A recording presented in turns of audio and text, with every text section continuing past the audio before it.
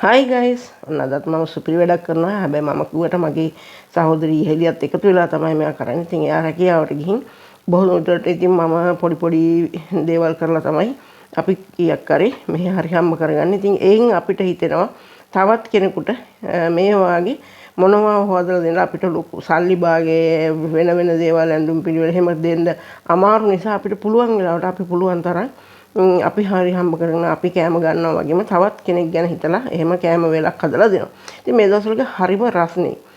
ඇත්තටම බිල්ඩින් හදන තැන්වලගේ පාරවල් සුද්ධ කරන අය ඒක ඉතින් පොදුවේ කාටත් යන පාරවල් මිනිස්සුන්ට යහපතක් කරන මිනිස්සු හුඟක් අවුවේ හුඟක් මහන්සිලා දාඩිය දාගෙන ඒගොල්ලෝ මිනිසා වෙනුවෙන් ඉඳගෙන ඉන්නවා. පුටුවලගේ තියාගෙන පොඩ්ඩක් ඉඳන්න මේ රස්න කාලේ මහා දවල්.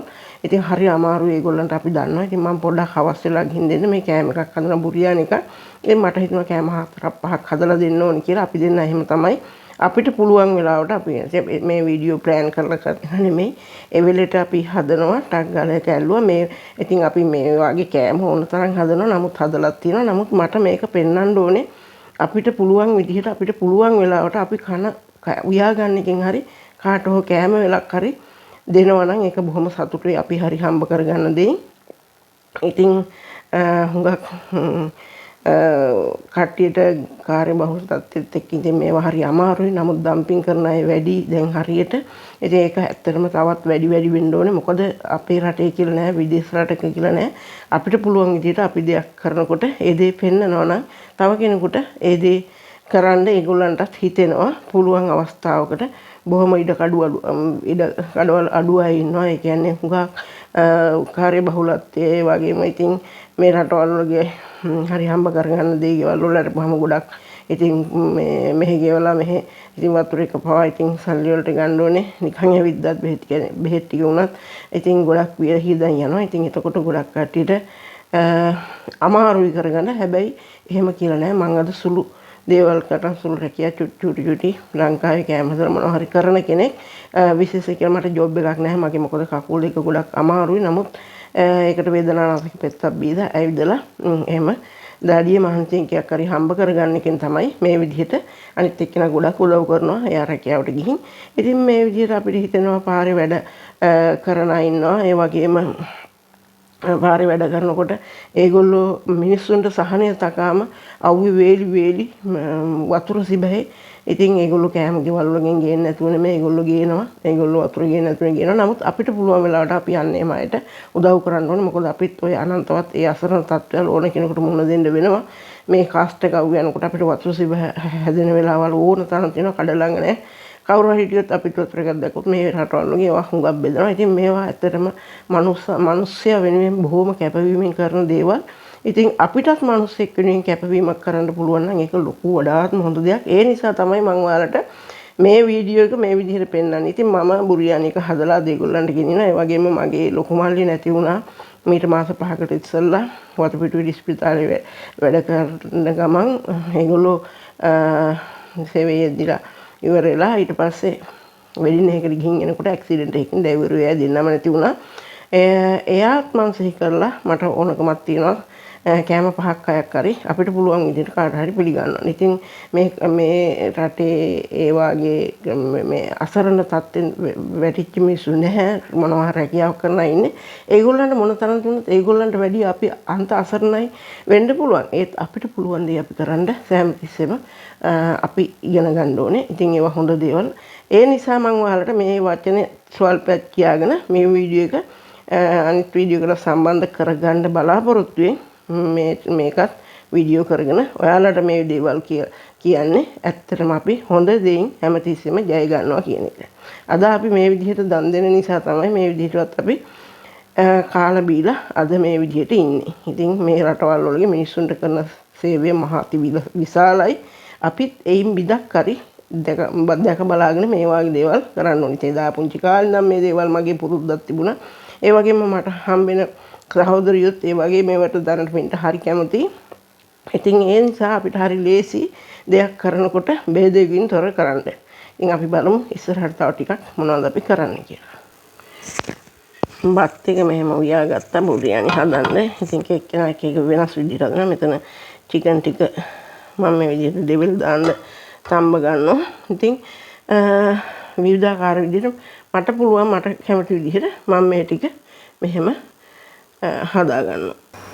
මෙහෙ හුඟක් ඉතින් මේවා නිසා මම අල දෙකකුත් තම්බගෙන තියෙනවා. ඒ වගේම චිකන් ටිකක් මේ විදිහට බෙදත් ගන්නවා. මොකද මෙහෙ කට්ටියට ඉතින් මේ විදිහේ කෑම තමයි අපිට හුඟක් පිළිගන්නන්න වෙලා තියෙන්නේ, පිළිගන්නන්න පුළුවන්. ඉතින් මේ රටට මේ වැඩ කරන මිනිස්සුන්ට ඒ කට්ටියට ගැළපෙන විදිහට තමයි මේ කෑම හදාගන්නේ. ඉතින් බුරියානි එකක් අපිට තව මම කොත්තමල්ලි කොළ පාවිච්චි කරනවා. බිත්තරත් මේ විදිහට පොඩ්ඩක් මේ චිකන් ටික බෙදලා වුණාම තම්බ ගත්තේ බිත්තර ටිකක් ඒ විදිහට තෙලේ එහාට මෙහාට කරලා ගන්නවා. ඉතින් මේ අපිට පුළුවන් විදිහට අපි දේ කරන දේ සතුටින් ඔයාලා එක්කත් බෙදා ගන්න තමයි මේ වීඩියෝ කරන්නේ. මොළින් ලුණු ටික බෙදගමු. මම මෙතන බෙල් පෙපර් ඒ වගේම ලොකු මිරිස් පොඩි මිරිස් සුදු ලුණු ඉඟුරු කුරුළු පොතු ගම්බිරි සැට කීපයක් කරඳ මුංගු මේ කරාඹු නැටි මේ ටික මම පොඩ්ඩක් සන්වන් පාට නිකන් බෙද ගන්න මේකත් අයින් කර ගන්න ඊට පස්සේ බත් එකතු කරලා කොත්තමල්ලි ටික කොළ ටික අන්තිමටම තමයි එකතු කරගන්නේ. එතකොට එහෙම තමයි අපේ බුරියානි හැදෙන්නේ. ඊට පස්සේ අපි බලමු ඒක අන්තිමටම අවසානයේදී කොහොමද මම ඒ ටික එකතු කරගෙන හදාගන්නේ කියලා. බෙදගත්ත ලුණු ටිකක් මේකට එකතු කරලා මේ මිරිස් දැන් මම වතුර පොඩ්ඩක් එකතු කරගෙන ඒක උතුරාගෙන එනකොට ඒකට එකතු කරගන්න ලුණු ටික එකතු කරගත්තා. ඉතින් රස පදමට කහ පොඩ්ඩක් ලුණු ගම්බිරිස් පොඩ්ඩක් එකතු කරගෙන අපි මේක බත් මැද්දට හදාගන්න තමයි පිටතර තියලා මේ විදිහට මෙහෙම හදාගන්න. ඉතින් කට්ටිය එකට දාලා කලවම් කරනවා. මම එහෙම කරන්නේ නැති නිසා ඉතින් අපිට ඕන විදිහට හදාගන්න ඕන එක එක ක්‍රමයකට ඉතින් මම මේ විදිහට හදනවා. ඉතින් බලමු රසට කන්න මේ විදිහට හදමු. බෙදගත්ත සුදු ලුණු ඉඟුරු කුරුළු ඒ ඔක්කොම එකතු කරගෙන තක්කාලි මම පොඩි දෙකක් මේ විදිහට එකතු කරගත්තා. දැන් අපි බත් එකතු කරන කොත්තමල්ලි පොළ එකතු කරලා අපේ බුරියානි එක හැදිලා ඉවරයි.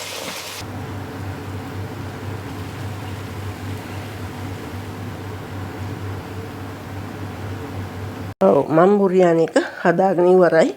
දැන් මම ඔයාලට ඉතින් මෙතන එකක් අරගෙන තියෙනවා. ඔක්කොම ටික ගන්න ඉඩ නැති නිසා ඉතින් මට පුළුවන් ලොකු මේසයක් දාලා හිටන් එහෙම කරන්න.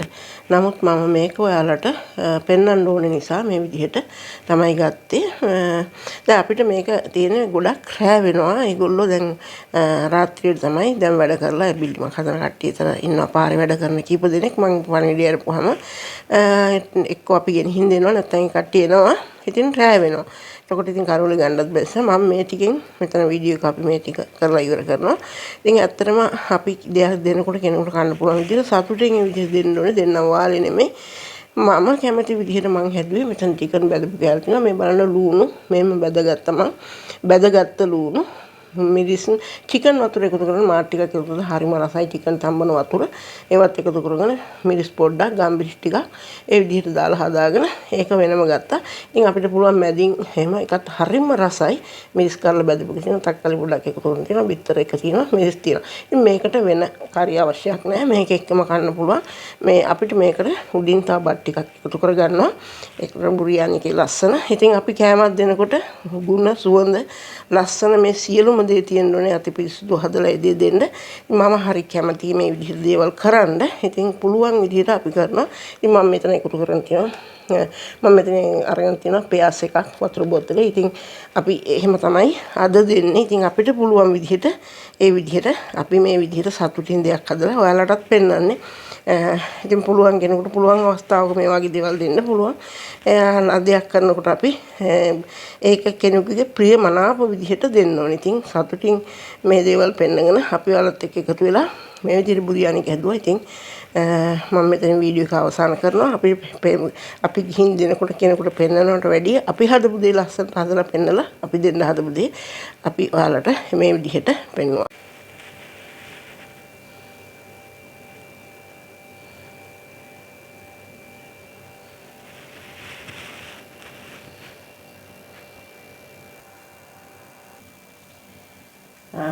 බුරියානි හැදී ඉවරයි. ඉතින් ලස්සනයි පිරිසිදුයි අවංකයි නේද? ඉතින් ඔයාලා අපේ වීඩියෝ එක සබ්ස්ක්‍රයිබ් කරන්න, ලයික් කරන්න, කමෙන්ට්ස් දාන්න, ෂෙයා කරන්න. බොහොම ස්තුතියි අපිත් එක්ක එකතු වුණාට.